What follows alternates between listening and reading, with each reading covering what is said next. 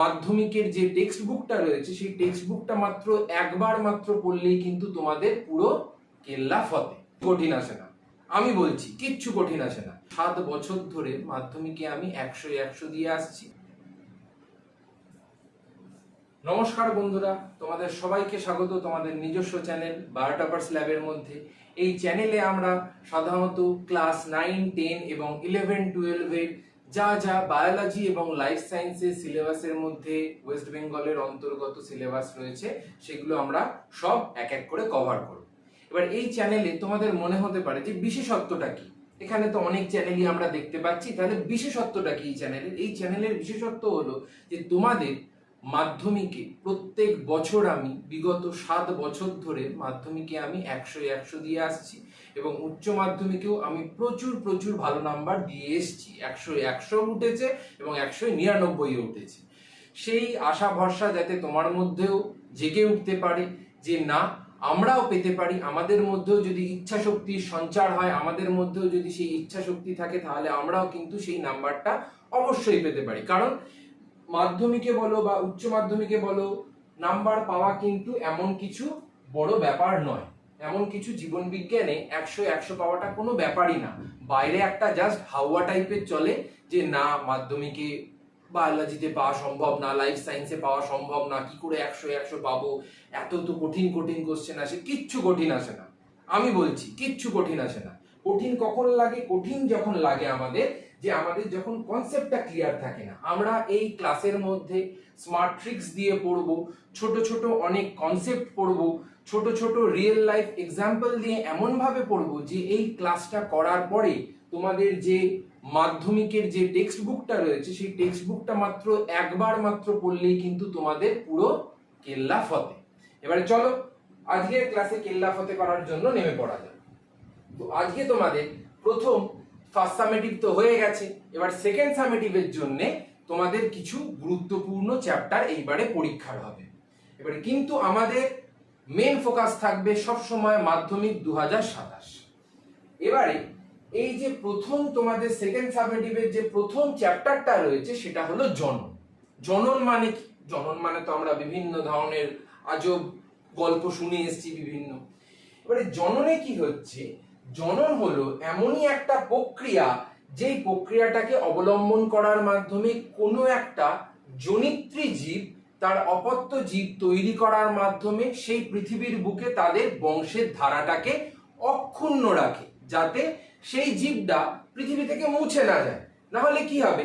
ধরো একটা এ প্রজাতি, সে পৃথিবীর বুকে প্রথমবার জন্মালো। এবার প্রথমবার জন্মানোর পরে সে যদি জননের মাধ্যমে, সেটা উদ্ভিদ হোক বা প্রাণী হোক বা যে কোনো ধরনের প্রোক্যারিওটিক প্রাণী হোক, তারা যদি নিজেদের মধ্যে জনন প্রক্রিয়াকে অবলম্বন করে যদি নিজেদের সংখ্যাটাকে বৃদ্ধি না করে, তাহলে কোনোভাবেই তার পক্ষে কিন্তু সেই পৃথিবীর বুকে নিজেদেরকে টিকিয়ে রাখা সম্ভব নয়। সেই জন্য কি হচ্ছে না, আমাদের দেহের মধ্যে একটা প্রক্রিয়া রয়েছে, আমরা বলে থাকি নির্দিষ্ট একটা জৈবনিক প্রক্রিয়া। এগুলো সামান্য এদিক ওদিক একটুখানি কথা, ভালো কথা, এগুলো শিখে এই সংজ্ঞাগুলোর আগে লাগিয়ে দিতে হবে। মেন ঘটনাটা কি ঘটছে? মেন ঘটনা ঘটছে হলো এই যে একটা জনিত্রী জীব আছে, এটা হলো একটা জনিত্রী জীব। তোমাদের মনে হতে পারে যে দাদা জনিত্রী জীব মানে কি? জনিত্রী জীব মানে হলো যার থেকে জন্ম নিয়ে জীবটা পৃথিবীতে আসছে। যেমন আমাদের জনিত্রী জীব কারা? আমাদের জনিত্রী জীব হলো আমাদের মা এবং বাবা। তোমাদের মনে হতে পারে বাবা তো জন্ম দিচ্ছে না, জন্ম তো দিচ্ছে মা, তাহলে বাবা জনিত্রী জীব কি করে? কারণ বাবার দেহ থেকেও তো গ্যামেট এসছে। বাবার দেহের গ্যামেট এবং মায়ের দেহের গ্যামেট দুটোর মিলনের ফলে আমাদের জন্ম হয়েছে। কিন্তু বিভিন্ন ধরনের নিম্ন শ্রেণীর প্রাণী আছে, তাদের ক্ষেত্রে কিন্তু এই বাবা মা এই সমস্ত কনসেপ্ট কিন্তু থাকে না। তাদের ক্ষেত্রে কি কনসেপ্ট থাকে? যে একটা মাত্র জনিত্রী জীব থাকবে এবং সেই জনিত্রী জীবটা থেকে অপত্য জীব পরপর বংশ পরম্পরায় তৈরি হতেই থাকবে। যেমন এখানে আমরা দেখতে পাচ্ছি প্রথম এই যে ডালপালা সমেত, ডালপালা বলবো না, বিভিন্ন ধরনের কোর্সিকা সমেত যে হাইড্রাটা এখানে রয়েছে, এটা হলো একটা হাইড্রা, এটা হলো একটা জনিত্রী হাইড্রা। এবার এই হাইড্রাটা থেকে ধীরে ধীরে ধাপে দেখো এখানে একটা ছোট্ট প্রথমে একটা কোড়ক তৈরি হয়েছে, বা আমরা বলে থাকি একটা বার্ড তৈরি হয়েছে। তারপরে সেই কোরকটা আরেকটু বড় হয়েছে, তারপরে আরো একটু বড় হয়েছে, তারপরে যখন এরা মাতৃদেহ থেকে ছিন্ন হয়ে বাইরে চলে গেল, আলাদা হয়ে গেল, তখন আমরা এদের কি বলে থাকি? তখন আমরা এদের বলে থাকি অপত্য জীব। মানে জনিত্রী জীব থেকে যে জীব সৃষ্টি হয় তাকেই বলা হয় অপত্য জীব। তাহলে সংজ্ঞা তোমাদের মুখস্থ করতে হবে না, সংজ্ঞা শুধু বুঝতে হবে। বুঝবো আর আমরা বলে বলে মাধ্যমিকে ছক্কা মারবো। তাহলে কি হচ্ছে জিনিসটা? যে প্রক্রিয়ার মাধ্যমে বা নির্দিষ্ট জৈবনিক প্রক্রিয়ার মাধ্যমে কোনো একটা জনিত্রী জীব নিজের বংশের ধারাটাকে বজায় রাখার জন্য অপত্য জীব সৃষ্টির যে প্রক্রিয়া আছে, সেই প্রক্রিয়াটাকেই আমরা বলে থাকি জনন প্রক্রিয়া। এবং এই জননের মাধ্যমে কিন্তু শুধুমাত্র যে মানুষই একমাত্র নিজের বংশ পরম্পরা বজায় রাখছে তা নয়, তা কিন্তু সম্পূর্ণ ভুল। মানুষ তো জননের মাধ্যমে নিজের বংশের ধারাকে বজায় রাখছে, তার সঙ্গে সঙ্গে বিভিন্ন উদ্ভিদও রয়েছে যারা জনন প্রক্রিয়াকে অবলম্বন করে নিজেদের অস্তিত্বকে বজায় রাখছে। আবার কিছু নিম্ন শ্রেণীর প্রাণী রয়েছে যারা জনন প্রক্রিয়াকে অবলম্বন করে পৃথিবীর বুকে নিজেদের অস্তিত্বটাকে টিকিয়ে রাখে। না হলে না যদি টিকিয়ে রাখে কোনো একটা প্রজাতি, তাহলে পৃথিবীতে প্রথমবার কোনো একটা প্রজাতি জন্মানোর পর সে তো এমনি অবলুপ্ত হয়ে যাবে। কেন অবলুপ্ত হয়ে যাবে? কারণ তার আর কোনো সন্তান সন্ততি নেই, তার আর কোনো অপত্য নেই, তার আর কোনো বংশের ধারা যে বজায় রাখবে সেই রকম কোনো লোক নেই। সেই জন্যে অবশ্যই করে প্রত্যেকটা জীবের মধ্যে, প্রত্যেকটা উদ্ভিদের মধ্যে, প্রত্যেকটা নিম্ন শ্রেণীর প্রাণীদের মধ্যে জনন প্রক্রিয়া হবে এবং হওয়ার মাধ্যমে সে তার নিজের অস্তিত্বটাকে পৃথিবীর বুকে টিকিয়ে রাখবে। এবারে চলে আসো জননের তাহলে প্রয়োজনীয়তাগুলো কি কি, জননটা আমাদের কেন লাগছে। প্রথম জিনিস যেটা মাথায় রাখবে সেটা হলো নিজেদের অস্তিত্বকে বজায় রাখার জন্য। আমরা যদি জননের মাধ্যমে নিজেদের অস্তিত্বকে বজায় না রাখি তাহলে কিন্তু কোনোভাবেই আমরা পৃথিবীর বুকে টিকে থাকতে পারবো না। সেকেন্ড হলো প্রজাতির সংখ্যা বৃদ্ধি করার জন্য। জননের মাধ্যমে প্রত্যেকটা জীব, প্রত্যেকটা প্রজাতি পৃথিবীর বুকে নিজেদের সংখ্যাটাকে বৃদ্ধি করছে এবং বৃদ্ধি করার মাধ্যমে সে নিজেদের অস্তিত্বটাকে টিকিয়ে রাখছে। থার্ড হলো বংশের ধারাকে অক্ষুণ্ণ রাখার জন্য। বংশের ধারা অক্ষুণ্ণ রাখা মানে কি? এটা তো নতুন শুনলাম দাদা, এই টার্মটার মানে কি? বংশের ধারা অক্ষুণ্ণ রাখার মানে হলো, ধরো আমার বাবার যে জিনগুলো রয়েছে সেগুলো আমার বাড়ির ঠাকুরদা ঠাকুমার থেকে এসছে, আমার মায়ের যে জিনগুলো রয়েছে সেগুলো আমার মামার বাড়ির দাদু দিদার থেকে এসছে। তাহলে মা মামার বাড়ির একটা বংশের ধারাকে বজায় রেখেছে, আমার বাবা আমার এই এখানকার বাড়ির বংশের ধারাকে বজায় রেখেছে। আমি কাদের বংশের ধারাকে বজায় রাখছি? আমি আমার নিজের বাড়ির বাবা এবং মায়ের জিনের বংশের ধারাটাকে বজায় রাখছি। কিভাবে বজায় রাখছি? ধরো এটা একটা মানুষ এবং এটা একটা মহিলা, এদের থেকে একটা সন্তান তৈরি হলো। এবার এই সন্তানের মধ্যে এদের দুজনের যে জিনটা রয়েছে সেটা তো এ বহন করছে। তার ফলে কি হচ্ছে? তার ফলে এদের দুজনের যে জিন সেটা এই শিশুটার মধ্যে চলে এসছে এবং এই শিশুটার দেহের ভেতরে চলে আসার ফলে কি হচ্ছে? চলে আসার ফলে বংশের যে ধারা সেই ধারাবাহিকতাটা বজায় রাখছে। বংশের ধারাবাহিকতা কিভাবে বজায় থাকে? জিনের মাধ্যমে। জিনের মাধ্যমে আমাদের বংশের ধারাবাহিকতা বজায় থাকে। আমরা এই যে বলি না, বাবা ছেলেটাকে তো একটু মায়ের মতো দেখতে, ছেলেটাকে তো বাবার মতো দেখতে, ছেলেটাকে তো সম্পূর্ণ বাবার যেরকম লম্বা চওড়া ফিগার সেই রকম দেখতে। এই যে বিভিন্ন বংশের ধারাগুলো, এগুলো কোথা থেকে এসছে? এগুলো আমাদেরই মা বাবার থেকে এসছে এবং তার ফলে কিন্তু আমরা বংশের যে ধারাটা, এই যে এইভাবে কোন ছেলেটা কোন রকম দেখতে হচ্ছে মা বাবার মতো, এই যে বংশের ধারাটা, এটা কে রক্ষা করছে? এটা সম্পূর্ণ কিন্তু আমাদের এই জনন প্রক্রিয়াটার মাধ্যমে কিন্তু নির্ধারিত হচ্ছে। এরপরে আরো বিভিন্ন প্রয়োজনীয়তা রয়েছে। আর কি কি প্রয়োজনীয়তা রয়েছে সেগুলো আমরা এবার একটুখানি নেক্সট স্লাইডে চলে আসি।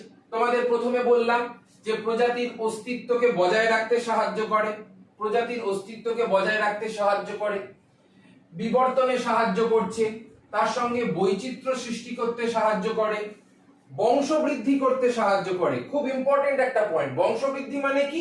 বংশবৃদ্ধি মানে হলো, ধরো একটা মাত্র ছেলে ছিল এবং একটা মাত্র মেয়ে ছিল, এবং তাদের জননের ফলে সেখান থেকে তিনটে সন্তান সৃষ্টি হলো। এই যে তিনটে সন্তান সৃষ্টি হলো, এরা তো পরবর্তীকালে বিয়ে করবে এবং বিয়ে করে আবার জনন হবে।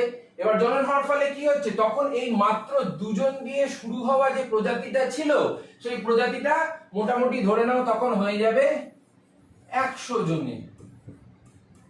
100 জনের হয়ে যাবে। তার ফলে কি হচ্ছে, বংশটা তো বৃদ্ধি হচ্ছে, বংশের মধ্যে সংখ্যা বৃদ্ধি করছে। তার মানে আমরা কি বললাম, অস্তিত্বকে টিকিয়ে রাখার জন্য প্রজাতির সংখ্যা বৃদ্ধি করা বা বংশ বৃদ্ধি করা। তারপরে চলে আসো বৈচিত্র্য সৃষ্টি। যেমন এই ছবিটার মধ্যে যদি লক্ষ্য করো, এখানে বিভিন্ন ধরনের বিভিন্ন রং বেরঙের পাখি আমরা দেখতে পাচ্ছি না? আমরা যখন বিভিন্ন পাখির মার্কেটে গিয়ে পাখি কিনতে যাই, একই প্রজাতির পাখি, একই খাঁচায় একই পাখি, কিন্তু তারা সবাই কিন্তু আলাদা আলাদা কালারের। কেন আলাদা আলাদা কালারের সেটা তোমাদের মনে হয়তো প্রশ্ন জেগেছে কোনো না কোনো সময়। তার কারণ কি? তার কারণ হলো আমাদের দেহের মধ্যে যে জিন রয়েছে, সেই জিনটাই কিন্তু আমাদের দেহের মধ্যে কিসে সাহায্য করছে, বিভিন্ন ধরনের বৈচিত্র্য সৃষ্টিতে সাহায্য করছে। এবং এই বৈচিত্র্য সৃষ্টির মাধ্যমেই কিন্তু কোনো একটা প্রজাতি মধ্যে আমরা প্রকরণ দেখতে পাই বা ভেদ দেখতে পাই। আরো সহজ করে বলি চলো, ধরো আমরা আমাদের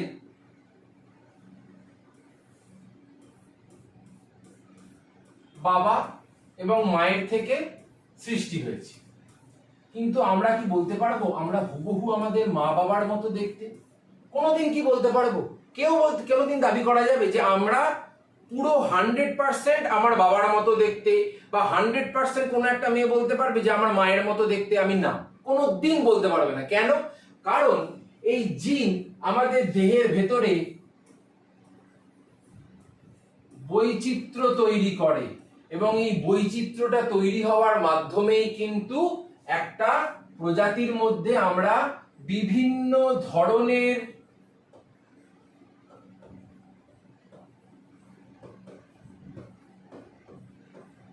প্রাণী কিন্তু দেখতে পাই, বিভিন্ন ধরনের বিভিন্ন কালারের প্রাণী দেখতে পাই। যেমন এরা কিন্তু সবাই একই প্রজাতির, সবাই একটা নির্দিষ্ট প্রজাতি, কিন্তু এদের মধ্যে জিনের প্রকারভেদের ফলে, জিনের রিকম্বিনেশনের ফলে এরা সবাই কিন্তু পাল্টে গেছে। সেজন্য সবার মধ্যে আলাদা আলাদা বৈচিত্র্য আমরা দেখতে পাচ্ছি। আর একটা হলো বিবর্তনে সাহায্য করা। বিবর্তনে মানে কি? যেমন শুনলে তোমরা আশ্চর্য হবে, বা আমরা আগেও শুনেও এসেছি, আশ্চর্য হওয়ার কিছু নেই, যে আমাদের উৎপত্তি সাধারণত বানরের থেকে হয়েছে। শুনতে বেশ ইন্টারেস্টিং লাগে না জিনিসটা, যে কোথায় একটা বানর আর কোথায় আমরা। হ্যাঁ, কিছু বাহ্যিক দিক থেকে একই রকমের লাগে, আমাদের হাত পা, চাল চলন, শরীরের গড়ন, ভেতরের দিক থেকে সবই একই ধরনের লাগে, কিন্তু একটা বানর একটা মানুষে কি করে পরিণত হয়ে গেল সেটা আমরা কি করে বলছি? কারণ আমাদের দেহের মধ্যে যে জিন রয়েছে, সেই জিনটা কিন্তু বিবর্তনে সহায়তা করে বা পরিবর্তনে সহায়তা করে। পরিবর্তন কিরূপ? যে একটা বানর থেকে একটা মানুষে উন্নীত করে দিতে বা একটা মানুষে পরিণত করে দিতে এরা সাহায্য করে থাকে। আর লাস্ট যেটা, সেটা হলো জীবনের ধারাবাহিকতা রক্ষা। জীবনের ধারাবাহিকতা মানে কি? যেমন আমার বাবা মার থেকে আমার সৃষ্টি হয়েছে, আমার পরের জেনারেশন আসবে, তাদের থেকে তাদের পরের জেনারেশন আসবে, তাদের থেকে তাদের পরের জেনারেশন আসবে। এই যে কন্টিনিউয়াস একটা যে জননের মাধ্যমে জেনারেশন আফটার জেনারেশন সন্তান জন্ম নিচ্ছে, তারা বড় হচ্ছে, তাদের বিয়ের পরে আবার তাদের সন্তান হচ্ছে, এই যে বড় হয়েই যাচ্ছে, কন্টিনিউয়াস যে লাইনটা চলে যাচ্ছে, সেটাকেই আমরা কি বলছি? জীবনের ধারাবাহিকতা বজায় রাখতে সাহায্য করে। এখানে কি বলা হচ্ছে? এক প্রজন্ম থেকে আর এক প্রজন্মের মধ্যে জীবনের যে প্রবাহ, সেই প্রবাহটাকে বজায় রেখেছে। যেমন এটা আমি ধরে নিলাম গ্রেট গ্র্যান্ডফাদার, মানে ঠাকুরদারও ঠাকুরদা, তারপরে তার ছেলে, তারপরে তার ছেলে, তারপরে এর আবার পরবর্তী দেখা যাচ্ছে। তাহলে এগুলো কি? এটা তো বংশের ধারাবাহিকতা বজায় রেখেছে। না হলে জননের যদি কোনো প্রয়োজনীয়তাই না থাকতো তাহলে তো বংশের ধারাবাহিকতাও বজায় থাকতো না, সেখানে তো কোনো দরকারই পড়তো না জনন করার, বংশ বৃদ্ধি করার, প্রজাতির সংখ্যা বৃদ্ধি করার। সেই জন্যে জনন কিন্তু অত্যন্ত প্রয়োজনীয় মাস্ট একটা প্রসেস, যেটার মাধ্যমে কোনো একটা প্রজাতি নিজেদের সংখ্যাটাকে বৃদ্ধি করে এবং বৃদ্ধি করার মাধ্যমে কোনো একটা পরিবেশে নিজেদের অস্তিত্ব, যে অস্তিত্ব সেই অস্তিত্বটাকে টিকিয়ে রাখে। আমরা যেরকম কি জননের মাধ্যমে নিজেদের অস্তিত্বটাকে টিকিয়ে রেখেছি, যদি না টিকিয়ে রাখতাম আমরা বিলুপ্ত হয়ে যেতাম। সহজ একটা উদাহরণ দিই, খুব সহজ একটা উদাহরণ। ধরো আমরা যদি খুব ভালো করে পড়াশোনা করি, আমরা যদি খুব ভালো করে রেজাল্ট করি, তাহলে আমরা সেই ক্লাসের মধ্যে নিজেদের অস্তিত্বটাকে টিকিয়ে রাখতে পারবো, আমরা সেই র্যাঙ্কটাকে টিকিয়ে রাখতে পারবো। যদি ফার্স্ট হই, সেকেন্ড হই, থার্ড হই, ফোর্থ হই, সেই র্যাঙ্কটাকে আমরা ধীরে ধীরে বাড়াতেও পারি, এরকম ভাবে তো টিকিয়ে রাখবো। কিন্তু যদি আমরা ভালো করে পড়াশোনা না করি, আমরা যদি সেই প্রতিযোগিতা থেকে বাইরে বেরিয়ে যাই, রেস ট্র্যাক থেকে যদি আলাদা হয়ে যায়, তখন কি হবে? তখন আমরা আর সেই প্রতিযোগিতায় টিকে থাকতে পারবো না। সেই জন্য আমাদের অবশ্যই করে টিকে থাকার জন্য এই জননের প্রয়োজনীয়তা রয়েছে, এবং জননের মাধ্যমে কোনো একটা প্রজাতি নিজেদের সংখ্যাটাকে বৃদ্ধি করার মাধ্যমে অস্তিত্বটাকে টিকিয়ে রাখছে। তার পরবর্তীতে চলে আসো বিভিন্ন ধরনের এবারে জনন সম্পর্কে আমরা পড়ব। তার আগে একটু পড়ে নিই আমরা যে জনন সাধারণত 3 প্রকারের হয়ে থাকে। স্যার দাদা 3 প্রকারের জনন হয়ে থাকে? হ্যাঁ, এতদিন আমরা শুধু জেনে এসেছিলাম যে যৌন জনন বলে একটা প্রক্রিয়া হয়, যেটা সাধারণত ঘোড়া, গরু, মানুষ এদের মধ্যে হয়ে থাকে। এটা আমরা সবাই কানাঘুষো একটা শুনেছি। কিন্তু জনন 3 প্রকারের হয়ে থাকে। কি কি 3 প্রকারের হয়ে থাকে? প্রথমত হলো যে সমস্ত উদ্ভিদরা রয়েছে তারাও তো জনন সম্পন্ন করছে। যে সমস্ত অ্যামিবা বলো বা তারা মাছ বলো বা হাইড্রা বলো, এই সমস্ত যে প্রাণীরা রয়েছে এরাও তো জনন সম্পন্ন করছে। আবার মানুষ, ফুল, এরাও জনন সম্পন্ন করছে, এরাও জনন সম্পন্ন করছে। তাহলে এগুলো কি? এগুলো হলো 3 প্রকারের জনন। কি কি 3 প্রকারের জনন? খুব ইন্টারেস্টিং এটা। কি কি 3 প্রকারের জনন? উদ্ভিদের যেহেতু কোনো একটা অঙ্গকে কেটে আমি মাটির মধ্যে যদি রোপণ করে দিই, তখন সেখান থেকে ডালপালা থেকে গাছ হয়ে যাচ্ছে। জবা গাছের ডাল কেটে মাটির মধ্যে বসিয়ে দিলাম, সেখান থেকে গাছ হয়ে গেল। টগর গাছের ডাল কেটে মাটির মধ্যে বসিয়ে দিলাম, সেখান থেকে গাছ হয়ে গেল। বা অন্য কোনো উদ্ভিদ, ধরো গোলাপ গাছের ডাল কেটে আমি মাটির মধ্যে বসিয়ে দিলাম, সেখান থেকে গাছ হয়ে গেল। এগুলো হলো বিভিন্ন ধরনের উদ্ভিদের মধ্যে জনন। যেহেতু উদ্ভিদের আমরা অঙ্গকে কেটে নিই, অঙ্গকে কেটে নিয়ে জনন সম্পন্ন করছি, সেজন্য এই জননটাকে আমরা কি বলে থাকি? এই জননটাকে আমরা বলে থাকি অঙ্গজ জনন। সেজন্য এই জননটাকে আমরা বলে থাকি অঙ্গজ জনন। যখন অ্যামিবার মধ্যে, তারা মাছের মধ্যে, হাইড্রার মধ্যে যে জনন প্রক্রিয়াগুলো দেখতে পাই, সেগুলোর মধ্যে যেহেতু কোনো ধরনের গ্যামেট উৎপাদিত হয় না, যেমন মানুষের মধ্যে কি হয়? মানুষের মধ্যে তো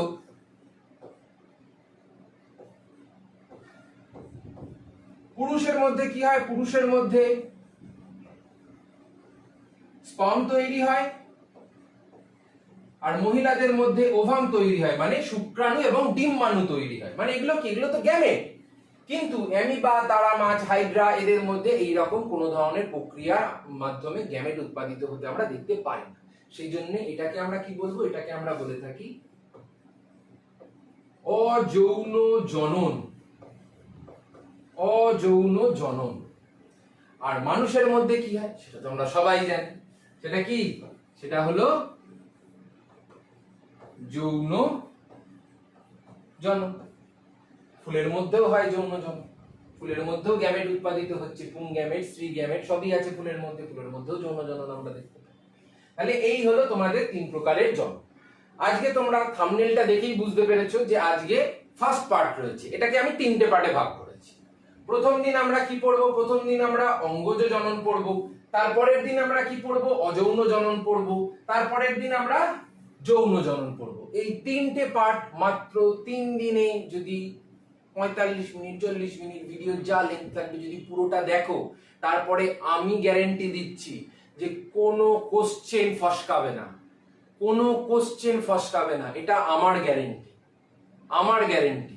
যদি ফসকায় তখন আমি এখানেই থাকবো, আমার ইউটিউব চ্যানেলও থাকবে, তখন তুমি এসে কমেন্ট বক্সে জানিয়ে দিয়ে যাবে যে দাদা এটা তো মিললো না, ওটা তো মিললো না, তখন জানিয়ে দিয়ে যাবে। কিন্তু এই ভিডিওটা যদি পুরো দেখো কিচ্ছু ফসকাবে না। এই বইটা তখন একবার পড়লে পুরো শেষ, একবার পড়লেই পুরো শেষ, আর কিচ্ছু বারবার করে আমাদের দেখতে হবে। তারপরে চলে আসো, আজকে যেটা আমরা পড়বো সেটা হলো অঙ্গজ জনন। অঙ্গজ জনন মানে কি? এক্ষুনি বললাম যে নির্দিষ্ট একটা প্রক্রিয়ার মাধ্যমে উদ্ভিদের কোনো একটা অঙ্গকে আমরা দেহ থেকে বিচ্ছিন্ন করে নিলাম। সেই বিচ্ছিন্ন করে নেওয়া অঙ্গটাকে যখন মাটির মধ্যে আমরা রোপণ করছি, সেই রোপণ করার পরবর্তীতে যখন সেই কাটা অংশটা থেকে নতুন করে আবার ফল ফুল বেলপাতা সব গজিয়ে উঠলো, সেটাকে আমরা কি বলছি? সেটাকেই আমরা বলছি অঙ্গজ জনন। যেমন আলুর মধ্যে বাড়িতে থাকলে অনেক সময় কি হয়, এরকম দেখি না বেরিয়ে যায়, আলুর মধ্যে এরকম বেরিয়ে যেতে দেখা যায় তো, বা পেঁয়াজ যদি অনেকদিন বাড়িতে থাকে এরকম সবুজ সবুজ কলি বেরিয়ে যেতে দেখা যায় তো, বা পাথরকুচি পাতা যদি দেখে থাকো, পাথরকুচি পাতার কিনারা বরাবর এইরকম ভাবে আমরা ছোট ছোট মুকুল দেখতে পাই তো। এগুলো কি? এগুলো সমস্ত হলো কিন্তু উদ্ভিদের অঙ্গ, এবং এই অঙ্গগুলোকে কেটে আমরা যদি মাটির মধ্যে রোপণ করে দিই বা প্রাকৃতিক ভাবে যদি আলাদা হয়ে যায় নিজে থেকে, তাহলে উদ্ভিদের জনন প্রক্রিয়া সম্পন্ন হয়ে যাবে, যেটাকে আমরা কি বলি? অঙ্গজ জনন। কেন? কারণ এইটাও হলো আলুর একটা কি অঙ্গ। এই যে কলিগুলো বেরিয়েছে এগুলো কি? এগুলোও তো পেঁয়াজের এক একটা অঙ্গ।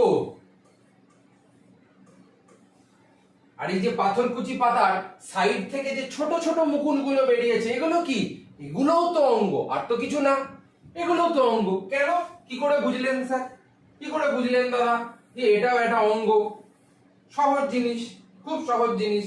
এখানে দেখ, এই যে পাতার কিনারা, এই পাতার কিনারায় মুকুলগুলো তো রয়েছে, তার সঙ্গে সঙ্গে নিচ থেকে দেখ সাদা সাদা সরু সরু মূল বেরিয়ে এসছে না?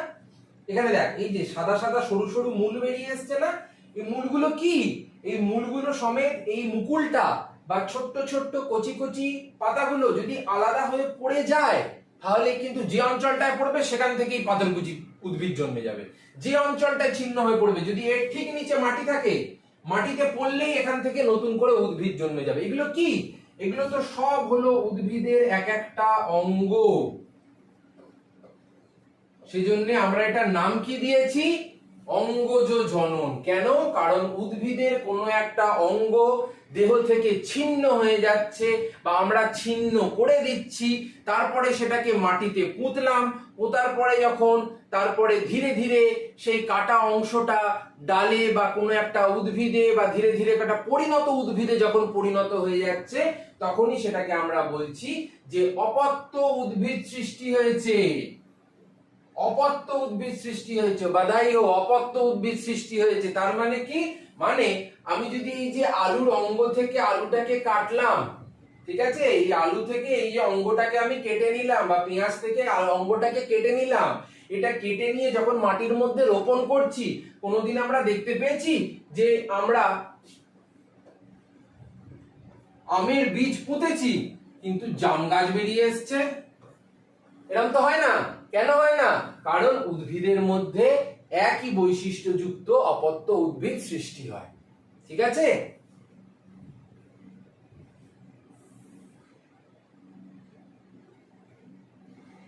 এরপরে অঙ্গজ জনন দুটো প্রকারের হয়ে থাকে, একটা প্রাকৃতিক, একটা কৃত্রিম।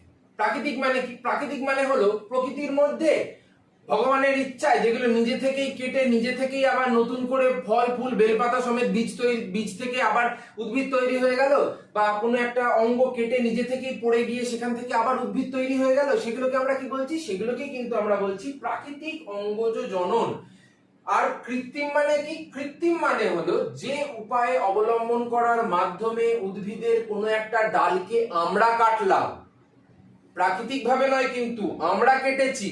জবা গাছের ডাল আমরা কেটেছি, গোলাপ গাছের ডাল আমরা কেটেছি, টগর গাছের ডাল আমরা কেটেছি।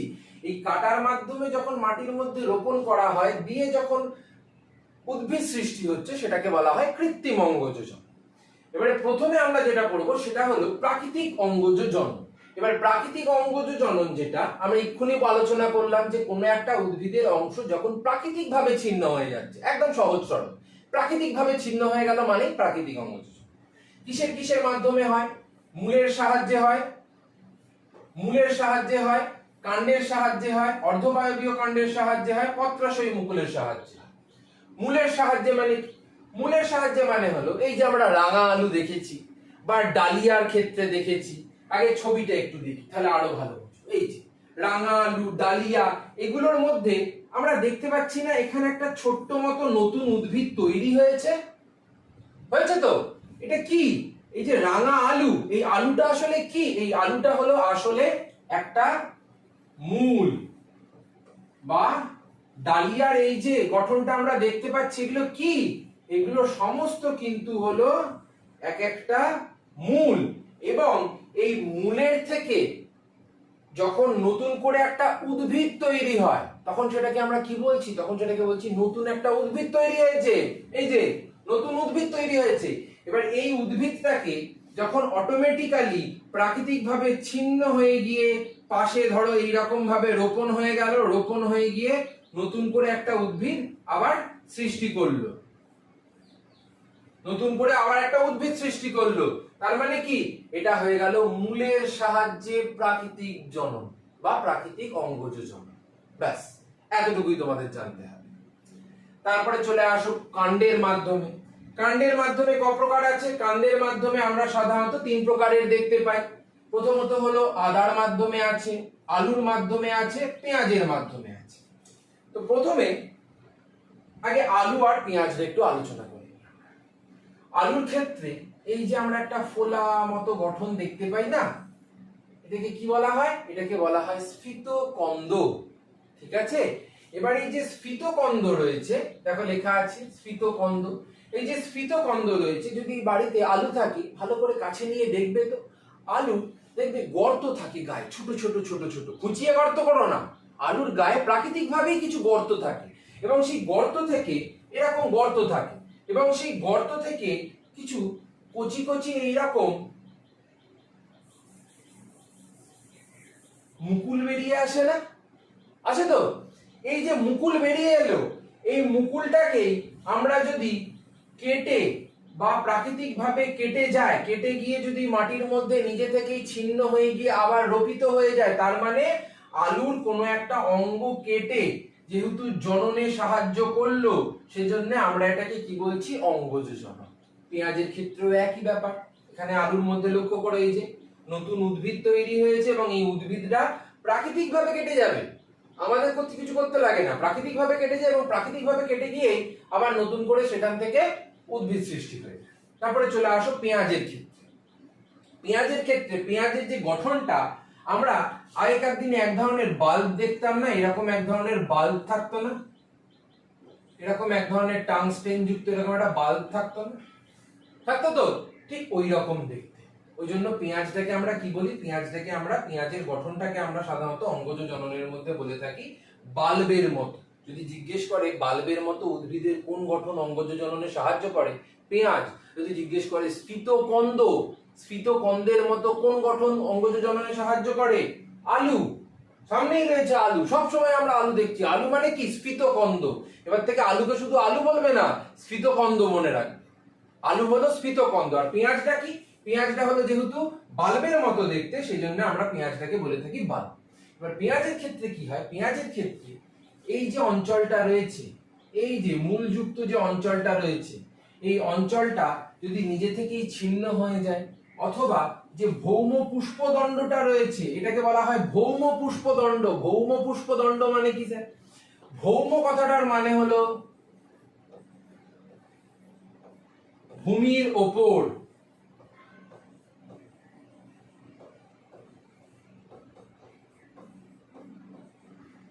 পুষ্পদণ্ড মানে কি? পুষ্পদণ্ড মানে হলো যেখান থেকে পেঁয়াজের কলি তৈরি হচ্ছে, ছোট ছোট ফুলের মতো গঠন আমরা দেখতে পাচ্ছি, সেজন্য এটাকে বলা হয় ভৌম পুষ্পদণ্ড। এবং এই ভৌম পুষ্পদণ্ড বা নিচের যে অংশটা রয়েছে অস্থানিক মূল, এরা যদি নিজে থেকে আলাদা হয়ে যায় তাহলে কিন্তু তখন নতুন করে উদ্ভিদ তৈরি হয়ে যায়। তোমাদের মনে কি রাখতে হবে? তোমাদের মনে শুধু এই উদাহরণগুলোকে ভালো করে রাখতে হবে। এই উদাহরণগুলোকে ভালো করে মনে রাখতে হবে যে কোনটার ক্ষেত্রে দাদা কোন উদাহরণটা যাচ্ছে, কোনটার ক্ষেত্রে আমরা কোনটা পড়ব, সেগুলোই হলো আমাদের মেন উদ্দেশ্য।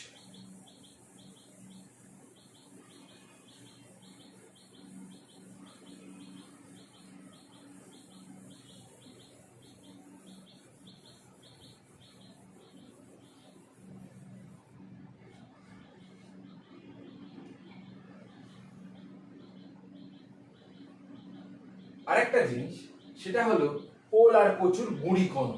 এটা তোমাদের একটুখানি, আমি যেহেতু ভালো ছবি তেমন পাইনি, আমার ইচ্ছা ছিল এটা তোমাদের এঁকেই বলে দেব।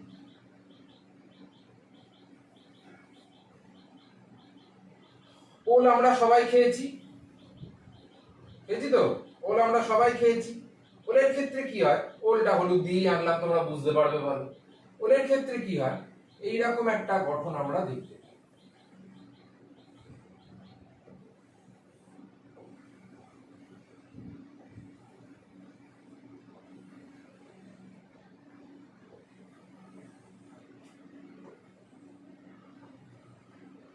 এইরকম একটা গঠন আমরা দেখতে পাই।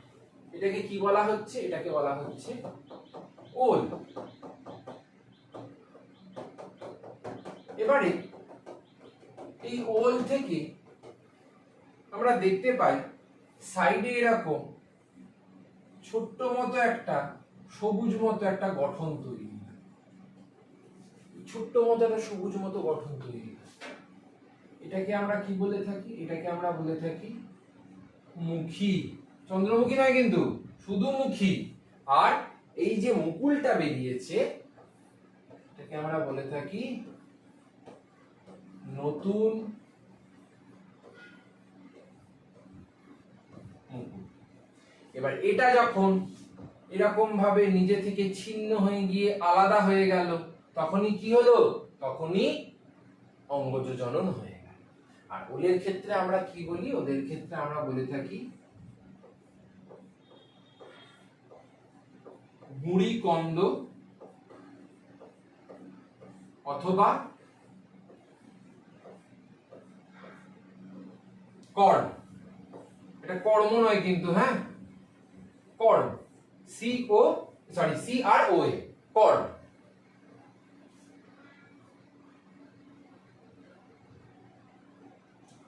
এরপরে চলে আসো প্রাকৃতিকভাবে অঙ্গজ জননের আরেকটা ধাপ। সেখানে কি আছে? সেখানে বিভিন্ন ধরনের ধাবক আছে। ধাবকটা কি দাদা? ধাবক হলো এমনই একটা গঠন যেটা সাধারণত আমরা বলে থাকি অর্ধবায়বীয় একটা গঠন। অর্ধবায়বীয় মানে কি? অর্ধবায়বীয় মানে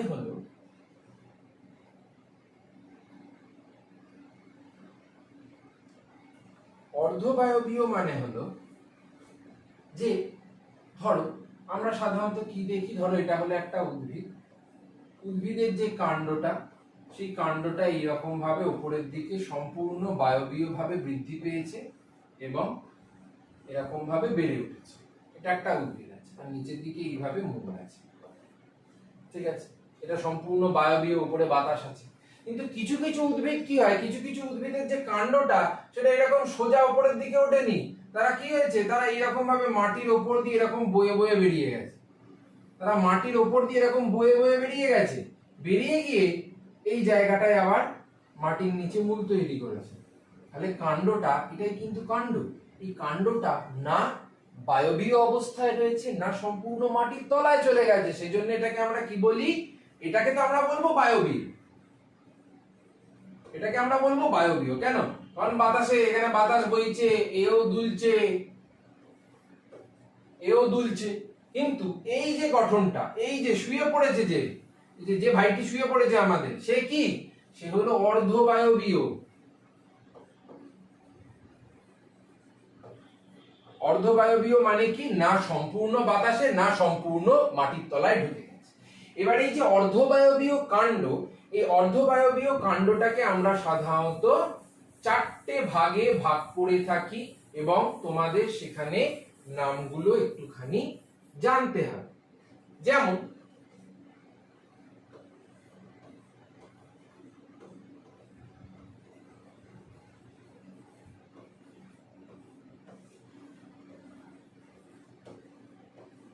অর্ধবায়বীয় কাণ্ডের মধ্যে প্রথম যেটা আছে সেটা হলো ধাবক। তারপরে যেটা আছে সেটাকে বলা হয় খর্বধাবক। তারপরে যেটা রয়েছে সেটাকে আমরা বলি ঊর্ধ্ব ধাবক। আর একটাকে আমরা বলি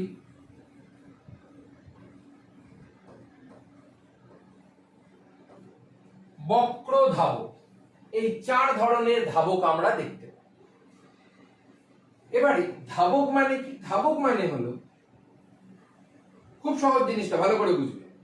ধরো এখানে একটা উদ্ভিদের পর্ব রয়েছে এবং পর্ব থেকে এইভাবে পাতা বেরিয়েছে, এরকম ভাবে পাতা বেরিয়েছে, কিন্তু এটা কিন্তু কাণ্ড নয়। কাণ্ডটা কি? কাণ্ড হলো মাটির ওপর দিয়ে এইভাবে বয়ে যাওয়া যে অংশটা, তারপর এখানে গিয়ে আবার দাঁড়িয়ে গেছে, আবার দাঁড়িয়ে গিয়ে আবার এখানে একটা পর্ব থেকে এরকম ভাবে পাতা বেরিয়েছে, এরকম ভাবে কিছু পাতা বেরিয়েছে। এবার এই যে বয়ে গেল মাটির ওপর দিয়ে দৌড়ে, সেই রানার ছুটেজের মতো এই যে দৌড়ে একে অপরকে অবলম্বন করে বেরিয়ে গেল, সেগুলোকে আমরা কি বলি? সেগুলোকে আমরা বলি ধাবক। ঠিক আছে। এবার খর্বধাবক। খর্বধাবক মানে কি? কচুরিপানা আমরা তো দেখেছি। কচুরিপানায় কোনোদিন কি দেখেছো যে কানেকশন রয়েছে সেটা আমরা জলের ওপর থেকে দেখতে পাই? মনে হয় না প্রত্যেকটা ইন্ডিভিজুয়াল উদ্ভিদ এক জায়গায় জড়ো হয়ে গেছে? এক জায়গায় জড়ো হয়ে যায়নি, তারা কি করেছে, তারা একটা জায়গায়, ধরো কচুরিপানা এইরকম ভাবে বেড়ে উঠেছে, এরকম ভাবে কচুরিপানাটা বেড়ে উঠেছে, এরকম ভাবে কচুরিপানা বেড়ে উঠেছে, কিন্তু এই কচুরিপানার সঙ্গে এই কচুরিপানার একটা ছোট্ট ধাবক রয়েছে, যে ধাবকটাকে আমরা কি বলি? সেই ধাবকটাকে আমরা বলে থাকি খর্বধাবক। এই যে একটা ছোট্ট ধাবক থাকে, এটাকে বলা হয় খর্বধাবক।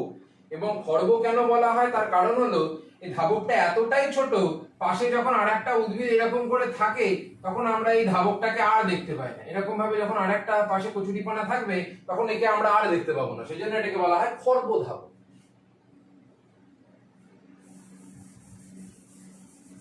আশা করছি এতটা খুব ভালো করে তোমরা বুঝতে পেরেছো।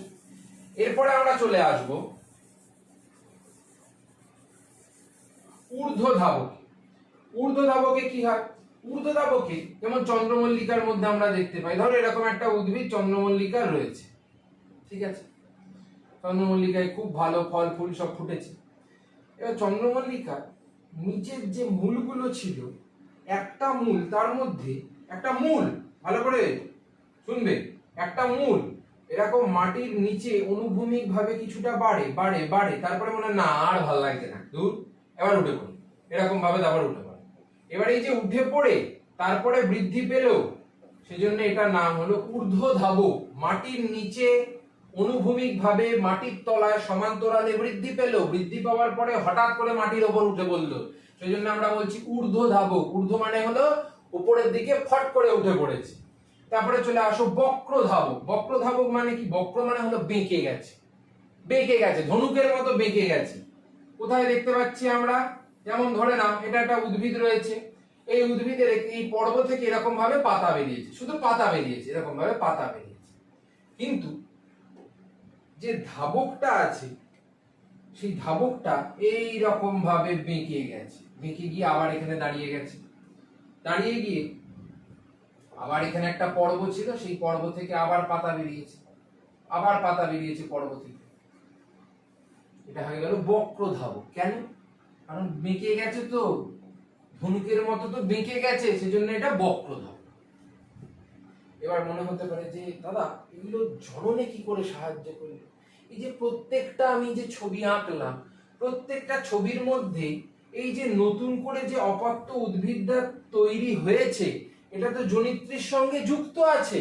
এবারে যখন আমি এই কানেকশনটা টুক করে কেটে দিলাম, যখন আমি এর সঙ্গে বি এর যে কানেকশনটা ছিল, সেই কানেকশনটা যখন টুক করে মাঝখান থেকে কেটে দিলাম, তখন এ একটা আলাদা উদ্ভিদ হয়ে গেল, বি একটা আলাদা উদ্ভিদ হয়ে গেল। ঠিক একই ভাবে ধাবকের যে কানেকশন গুলো ছিল, এই যে ছবিগুলো দেখো, এই যে ধাবকের এই যে কানেকশন গুলো আমরা দেখতে পাচ্ছি, এই কানেকশন গুলো যদি একবার আমরা এরকম ভাবে কেটে দিই, এরকম ভাবে যদি কেটে দিই, এরকম ভাবে যদি কেটে দিই, তাহলে কি হবে? এটা একটা আলাদা উদ্ভিদ হয়ে যাবে, এটা একটা আলাদা উদ্ভিদ হয়ে যাবে, এটা একটা আলাদা উদ্ভিদ হয়ে যাবে, এটা একটা আলাদা উদ্ভিদ হয়ে যাবে। ঠিক একই ভাবে ঊর্ধ্বধাবকে দেখো, নিচের দিকে খানিকটা বেড়েছে, বেড়ে হঠাৎ করে উপরে উঠে পড়েছে। কচুরিপানায় দেখো, যেটাকে আমরা বলছি খর্বধাবক, এটাকে বলা হয় খর্বধাবক। খর্বধাবকটা কি হচ্ছে? এতটাই ছোট যে উপর থেকে দেখতেই পাবো না আমরা, এটাকে বলা হয় অফসেট। এটাকেও যদি আমি কেটে দিই এখান থেকে কানেকশনটাকে, তাহলে নতুন করে আবার উদ্ভিদ তৈরি হয়ে যাবে। আবার এটাকেও যদি আমি এখান থেকে কেটে দিই, আলাদা করে উদ্ভিদ তৈরি হয়ে যাচ্ছে, বা নিজেই আলাদা করে ছিন্ন হয়ে যাচ্ছে। সেজন্য এগুলোকে আমরা সমস্ত প্রাকৃতিক অঙ্গজ জননের মধ্যে পড়ে থাকি।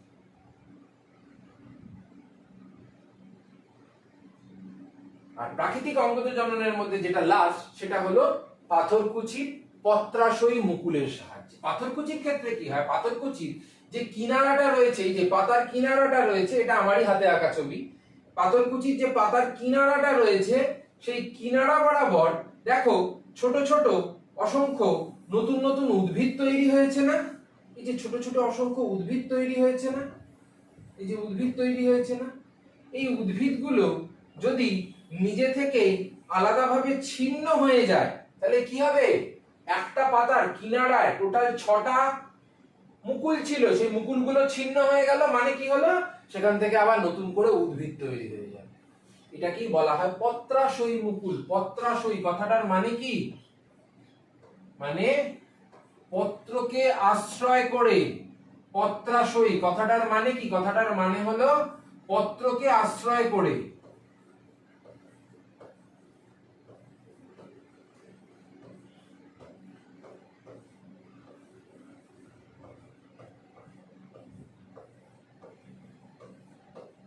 পত্রকে আশ্রয় করে যে মুকুল থাকে, তাকেই আমরা বলি পত্রাশয়ী মুকুল। যেমন এখানে এই পাথরকুচির পাতাকে আশ্রয় করে ছোট ছোট ছোট ছোট এই মুকুলগুলো ছিল।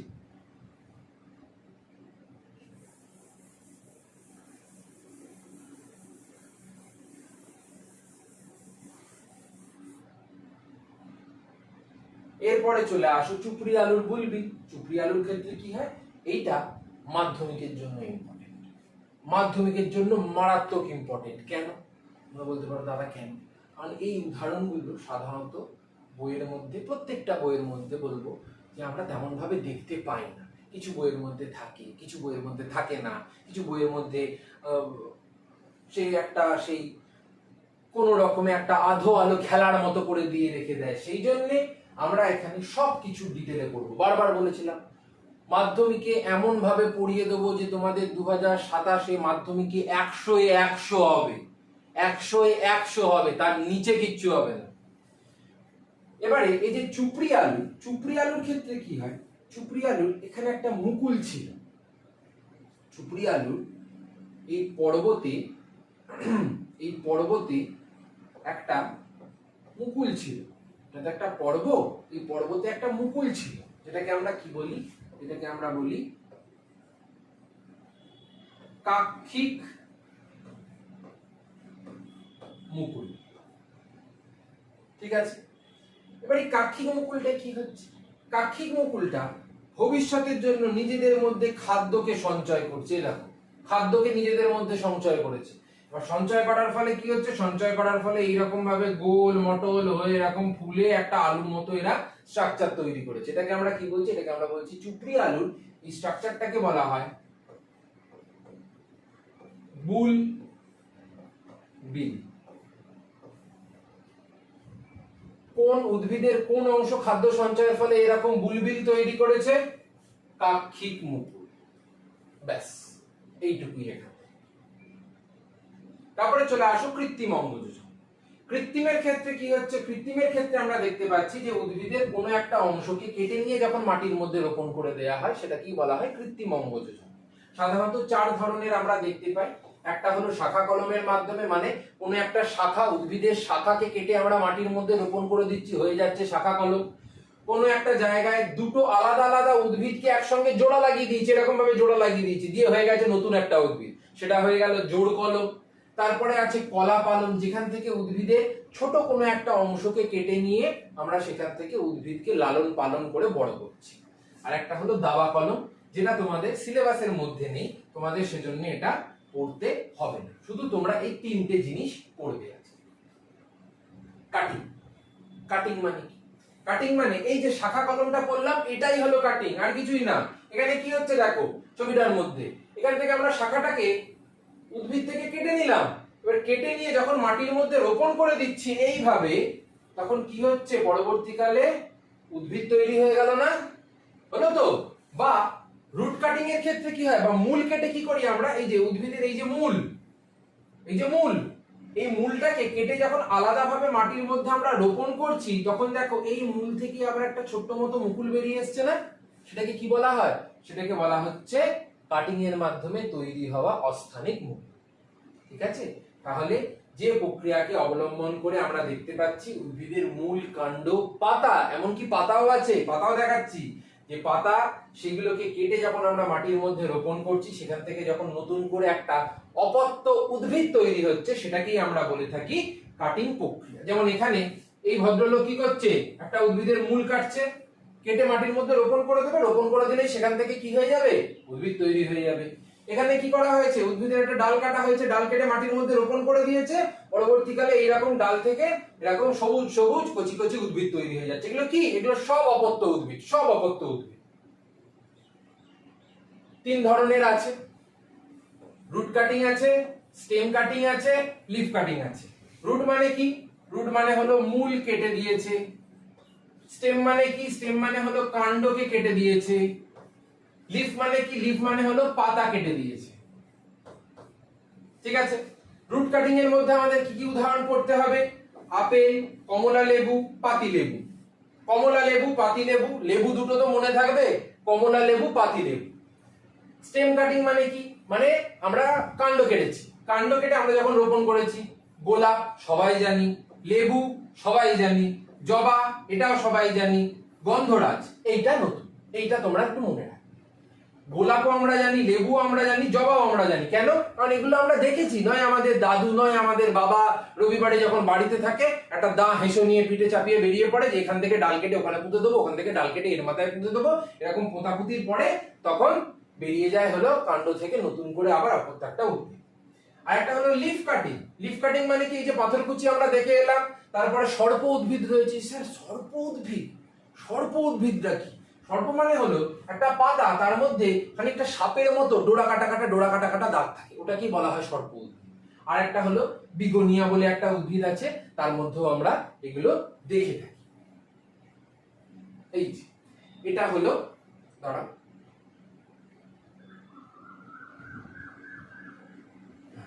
এটা হলো তাহলে হয়ে গেল এটা স্টেম কাটিং, এটা হয়ে গেল রুট কাটিং। মানে এখানে কি হলো, এখানে আমরা কাণ্ডকে কাটলাম, এখানে আমরা কি কাটলাম, এখানে আমরা মূলকে কাটলাম। আর পাতার ক্ষেত্রে কি হয়, পাতার ক্ষেত্রে ধরো এরকম ভাবে একটা পাতা আছে, এরকম ভাবে একটা পাতা আছে, এটা একটা গোটা পাতা, সর্প উদ্ভিদ। এবার এই পাতাটাকে আমি কেটে নিলাম, এরকম ভাবে ছোট ছোট টুকরোতে আমি কেটে নিলাম, এরকম ভাবে ছোট ছোট টুকরোতে কেটে নিলাম। এবার এইটাকেই যখন একটা মাটির মধ্যে এরকম ভাবে পাতাগুলোকে আমি রোপণ করে দেবো, এরকম ভাবে যখন পাতাগুলোকে রোপণ করে দেবো, তখন দেখা যায় পাতার এই প্রান্তগুলো থেকে এরকম ভাবে মূল বেরিয়ে আসে। হ্যাঁ, এরকম ভাবে সত্যি মূল বেরিয়ে আসে। এবং এই মূল সমেত পাতাটাকে যদি আমি আবার আলাদা করে কোথাও একটা গিয়ে পুঁতে দিই, তখন সেখান থেকে একটা নতুন করে অপত্য উদ্ভিদ মাথা চারা দিয়ে বেড়ে ওঠে। এই হলো পাতার ক্ষেত্রে ঘটনা। আর নতুন করে এর মধ্যে কিচ্ছু নেই।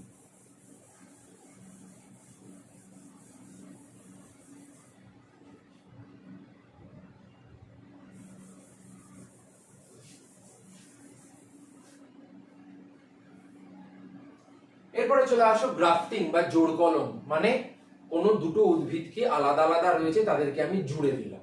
এবার জুড়ে দেওয়ার মাধ্যমে যখন একটা নতুন উদ্ভিদ ফুটে উঠছে সেটাকেই বলা হচ্ছে গ্রাফটিং বা জোড় কলম।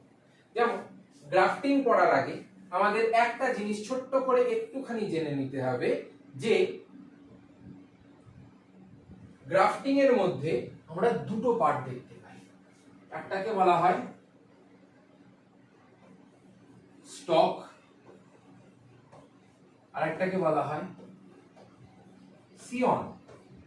স্টক মানে কি? স্টক মানে হলো এমনই একটা উদ্ভিদ যেটা মাটির ওপর রোগমুক্ত ভাবে দৃঢ়ভাবে যুক্ত থাকবে এবং মাটি থেকে খুব সক্ষমভাবে জল শোষণ করে উদ্ভিদকে পাচার করতে পারবে, সেটাকে বলা হয় স্টক। মনে রাখবে কি করে? স্টক মানে কি? স্টক মানে হলো একদম বেস। বেস বেস পাতার কাঠ দেখা যায়, বেস আমরা কাণ্ডর দেখতে পাই। কাণ্ডর বেস কোথায় যুক্ত থাকছে? মাটির সঙ্গে যুক্ত থাকছে। মানে এর যে স্টক, এর যে এই যে স্টকটা, এই স্টকটা এটা কোথায় যুক্ত রয়েছে? মাটির মধ্যে যুক্ত রয়েছে, সেজন্যই আমরা এটাকে বলি স্টক। আর একটা হলো শিয়ন। শিয়ন মানে কি? শিয়ন মানে হলো এই যে খাঁজ, এই যে খাঁজ, এই খাঁজে যখন আমরা নতুন করে একটা উদ্ভিদ গেঁথে দেবো উপর থেকে, নতুন করে একটা উদ্ভিদ যখন গেঁথে দেবো, সেই উদ্ভিদটা কি হবে? সেই উদ্ভিদটা অবভিয়াসলি কোনো একটা নতুন উন্নত মানের বা উন্নত প্রজাতির বা উন্নত প্রযুক্তির কোনো একটা উদ্ভিদ হবে। যেমন ধরো একটা স্টক আছে এবং সেই স্টকের ওপরে আমি কোন একটা খুব সুন্দর একটা উদ্ভিদ এইরকম ভাবে পুঁতে দিলাম, ঠিক আছে? এরকম ভাবে পুঁতে দিলাম, দিয়ে এই জায়গাটাকে টেপ দিয়ে ভালো করে পেঁচিয়ে পেঁচিয়ে মুড়ে দিলাম। কিছুদিন পর দেখা যাবে এই দুটো জায়গা একসঙ্গে জুড়ে গেছে এবং জুড়ে গিয়ে এখান থেকে নতুন করে ডালপালা বেরিয়েছে এবং নতুন করে এই ওপরে যে উদ্ভিদটা ছিল, অনেকের মনে প্রশ্ন হয়, দাদা উদ্ভিদটা তো বানালাম আমরা জোড় কলমে, তাহলে নিচের মতো হবে না উপরেরটার মতো হবে? অবভিয়াসলি উপরে হবে। কেন? কারণ নিচেরটার তো শুধু একটুখানি কাণ্ড রেখেছি যেটা মাটির থেকে সক্ষমভাবে জল তুলে আনবে এবং মাটির আশেপাশে যে সমস্ত রোগ জীবাণুগুলো রয়েছে তাদের থেকে বাঁচিয়ে রাখতে সাহায্য করে। এটাই হলো স্টকের কাজ। আর সিয়নের কাজ কি? সিয়নের কাজ হলো উন্নত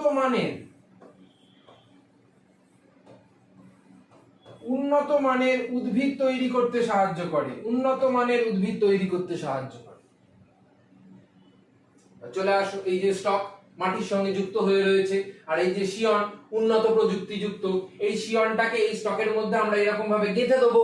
গেঁথে দিয়ে কি করব? গেঁথে দিয়ে শক্ত করে টেপ দিয়ে বেঁধে দেবো। যে টেপ দিয়ে বেঁধে দিলাম, কিছুদিন পর আমরা দেখতে পাবো এইরকম ভাবে পরিষ্কার জুড়ে গেছে, পরিষ্কার জুড়ে গেছে। এবং জুড়ে যাওয়ার মাধ্যমে উপরের দিকে দেখো আবার ডালপালাও কিন্তু বৃদ্ধিও পেয়ে গেছে। তার মানে এখান থেকে এবারে ফুল ফল সমস্ত কিছু ধীরে ধীরে ধীরে ধীরে বাড়তে শুরু করে দেবে। এইটা জাস্ট একটুখানি জেনে রাখবে যে টি গ্রাফটিং বা বাড গ্রাফটিং বা মুকুল গ্রাফটিংটা কি। মুকুল গ্রাফটিংটা হলো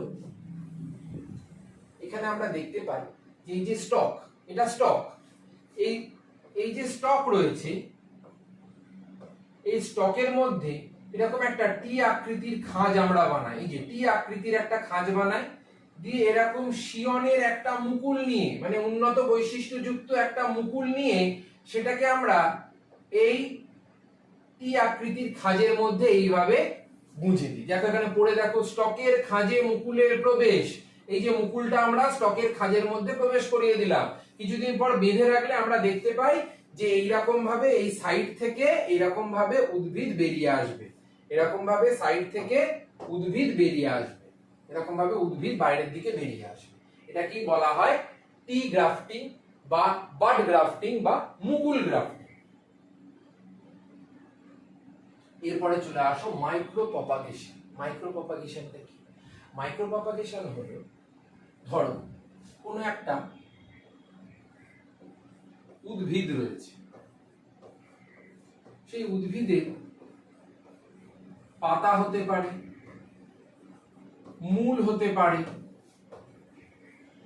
কাণ্ড হতে পারে, সেখান থেকে আমরা কি করছি, সেখান থেকে কোনো একটা কলা বা কোনো একটা কোষ বা কোনো একটা অঙ্গ আমরা কেটে নিলাম, কেটে নিয়ে আমরা একটা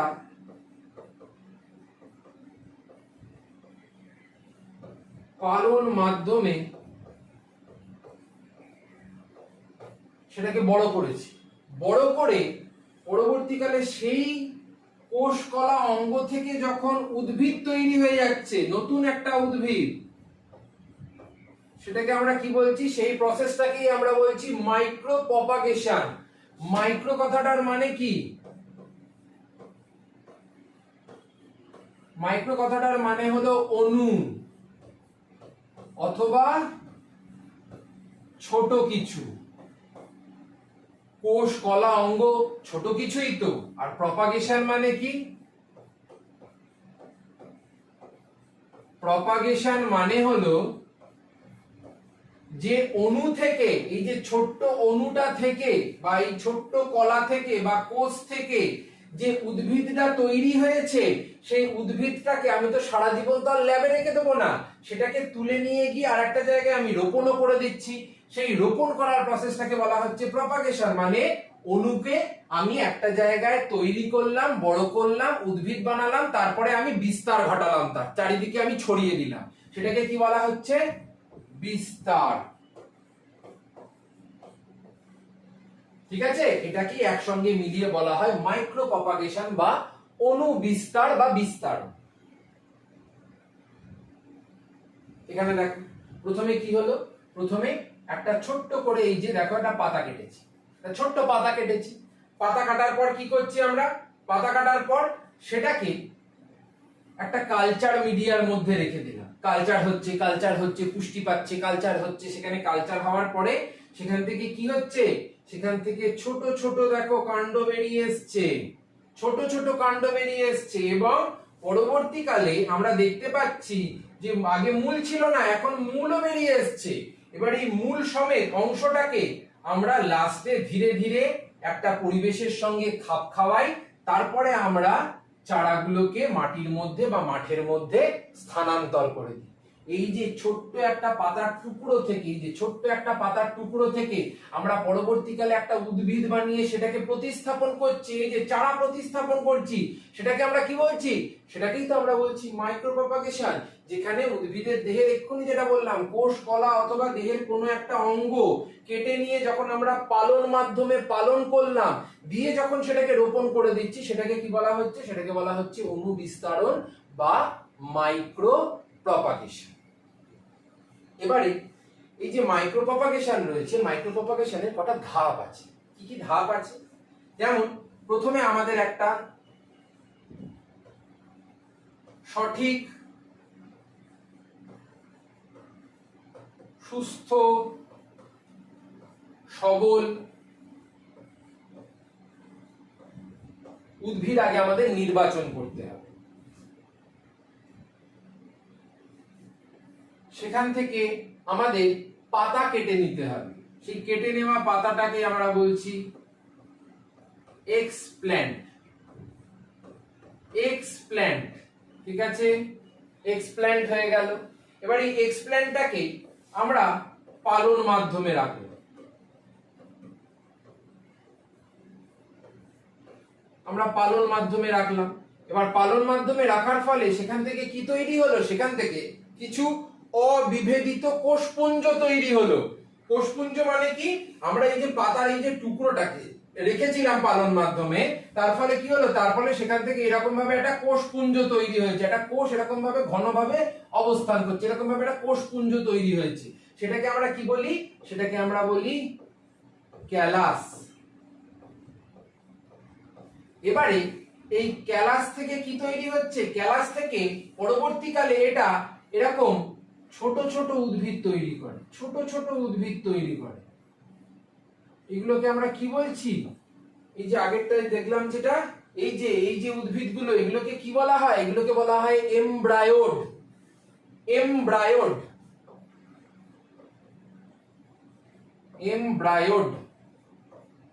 এবং এই এমব্রায়োড থেকে পরবর্তীকালে কি তৈরি হয়? পরবর্তীকালে তৈরি হয় হলো প্ল্যান্টলেট। এবং এই প্ল্যান্টলেট মানে কি? প্ল্যান্টলেট মানে হলো সহজ কথায় বললে চারা গাছ। এবং এই চারা গাছটাকে যখন আমি মাটিতে প্রতিস্থাপন করে দিলাম,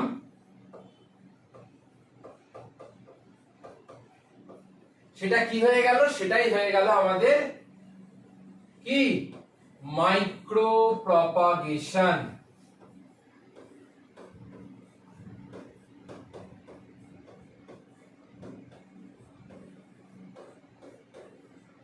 ঠিক আছে, মাইক্রো প্রপাগেশন।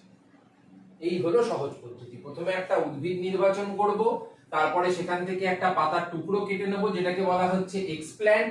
এক্সপ্ল্যান্টটাকে আমরা পালন মাধ্যমে রাখবো, তার ফলে সেখান থেকে একটা অবিভেদিত কোষপুঞ্জ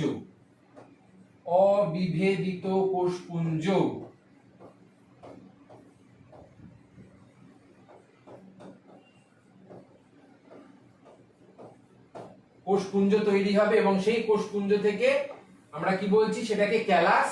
এবং সেই ক্যালাস থেকে কি তৈরি হচ্ছে? এমব্রায়োড। এবং সেই এমব্রায়োড থেকে কি তৈরি হয়? প্ল্যান্টলেট।